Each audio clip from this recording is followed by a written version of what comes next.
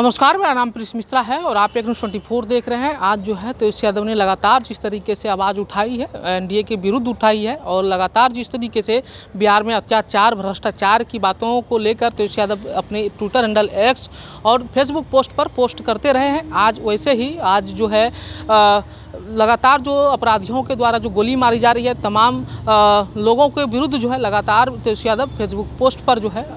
Update करके बता रहे हैं कि अब जो एनडीए की जो सरकार है वो कहीं ना कहीं भ्रष्टाचारियों को, अपराधियों को जो है मौका दे रही है और मौका देने का ये अंजाम हो जाता है कि लोग जो है अपराधी जो है बेखौफ होकर के लोगों की हत्या कर दे रहे हैं, लड़कियों का अपहरण करके दुष्कर्म करके जो है उनको गोली मार दी जा रही है। लेकिन कहीं ना कहीं जिस तरीके से वो अपने कार्यकाल को भी अपने उसके साथ बताते हैं कि जिस तरीके से 17 महीने में हम लोगों ने क्राइम को कंट्रोल किया था, अपराधियों पर जो है लगाम लगाने का काम किया था, लेकिन वही अपराधी अब जो है खुलेआम घूर रहे हैं। कहीं ना कहीं अब जो है एनडीए की सरकार जो है उसको संरक्षण देने में लगी है और जिस तरीके से वो बेखौफ होकर घूमते हैं तो कहीं ना कहीं सवाल पर भी एक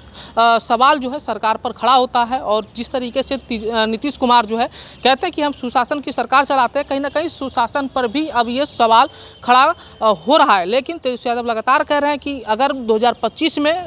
जो विधानसभा होना है उसमें राजद को या इंडी गठबंधन को मौका मिलता है तो वैसे अपराधियों को जो है जेल भेजने का काम करेंगे, उनको जो है कड़ी से कड़ी सजा दिलाने का काम करेंगे। वहीं तेजस्वी यादव अपने पोस्ट के माध्यम से कह रहे हैं। लेकिन जिस तरीके से पोस्ट पर जो है पलटवार भी होता है और एनडीए की तरफ से भी पलटवार कहा जाता है कि जो पीड़िता है फेसबुक पर पोस्ट और लिख देने से नहीं होता है, उनके परिवार के साथ मिलिए। जिस तरीके से एनडीए के जो नेता हैं वो तमाम नेता जो कद्दावर नेता हैं बीजेपी के, वो लोग पहुंचते हैं, उनसे रूबरू होते हैं, संज्ञान में मामला लेते हैं और उनके विरुद्ध जो अपराधी हैं, जो अपराधी किस्म के जो लोग हैं उसमें जो संलिप्त पाए जाते हैं उस पर जो है ठोस कार्रवाई करने की जो है अपील की जाती है और निर्देश दिया जाता है कहीं ना कहीं। और लेकिन तेजस्वी यादव क्या करते हैं कि फेसबुक पर पोस्ट करते हैं, ट्विटर हैंडल एक्स पर पोस्ट करते हैं, तो उस क्या हो जाता है, क्या लोगों को इंसाफ मिल जाता है? तो कहीं ना कहीं अब तेजस्वी यादव जो है लगातार कह रहे हैं कि एनडीए पर जो है अब एक धब्बा लगने जा रहा है और एक बड़ा धब्बा लगेगा जो कि भ्रष्टाचार